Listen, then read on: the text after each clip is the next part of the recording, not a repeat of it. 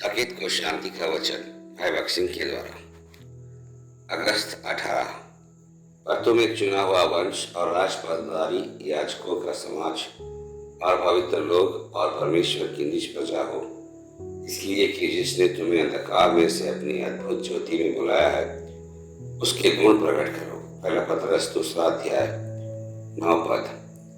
महायाजक द्वारा पहने जाने वाले नीले और बैंगनी और लाल रंग के अनार वाले नीले वस्त्र के हर विवरण में एक आध्यात्मिक अर्थ है।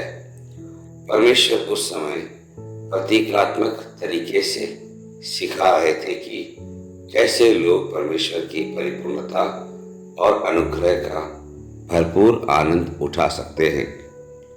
गिनती की पुस्तक 15 अध्याय 37 से 41 तक।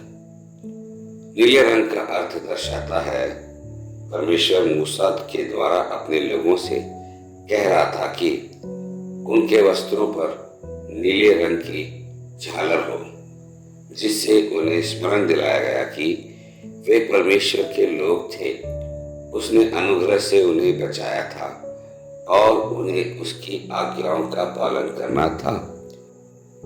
नीला रंग हमें याद दिलाता है कि हम एक पवित्र प्रजा और एक विशेष लोग हैं। पहला पत्रस 2 अध्याय 9 पद भी। यदि आप वास्तव में परमेश्वर की परिपूर्णता का आनंद लेना चाहते हैं तो उसकी स्वर्गीय बुलाहट के बारे में जानें। प्रभु यीशु मसीह की अगुवाई में एक स्वर्गीय पवित्र स्थान या एक स्वर्गीय मंडली का निर्माण करने हमें बुलाया है। बैंगनी रंग राजा को दर्शाता है। आपको याद होगा कि क्रूस पर चढ़ाए जाने से पहले सैनिकों ने प्रभु यीशु को बैंगनी रंग का चोगा पहनाया था और यह कहते हुए उसको ठट्ठा में उड़ाया था, यहूदियों के राजा नमस्कार। यूहन्ना 19 अध्याय 3 पद। इस रंग के वस्त्र केवल राजा ही पहनते हैं।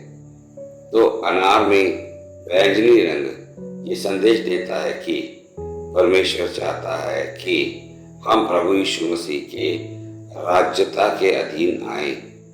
हमें हर विषय में उसके द्वारा शासित और चलाए जाने के लिए तैयार रहना चाहिए।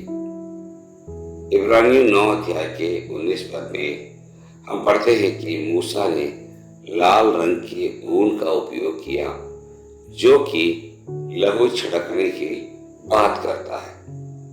परमेश्वर के सहकर्मियों के रूप में हमारे पास एक शुद्ध विवेक होना चाहिए, दोष से मुक्त होना चाहिए और यह प्रभु यीशु मसीह के लहू में शुद्ध होने के द्वारा ही प्राप्त कर सकते हैं। आंसू बहाकर या लंबी प्रार्थना करने से हम कभी भी शुद्ध नहीं हो सकते। यदि आप नम्रता पूर्वक प्रभु के पास आते हैं और प्रार्थना करते हैं, प्रभु यीशु, मैं मन, वचन और कर्म में अशुद्ध हूँ, मुझे अपने बहुमूल्य लहू से शुद्ध करो, तो वह तुरंत तुम्हें शुद्ध करेगा। आपको किसी दर्शन या अनूठा अनुभव की प्रतीक्षा करने की आवश्यकता नहीं है। जिस क्षण तुम उससे मांगोगे तुम शुद्ध हो जाओगे। जो परमेश्वर के सेवक है उनके लिए हर प्रकार की अशुद्धता से शुद्ध रहना अति आवश्यक है।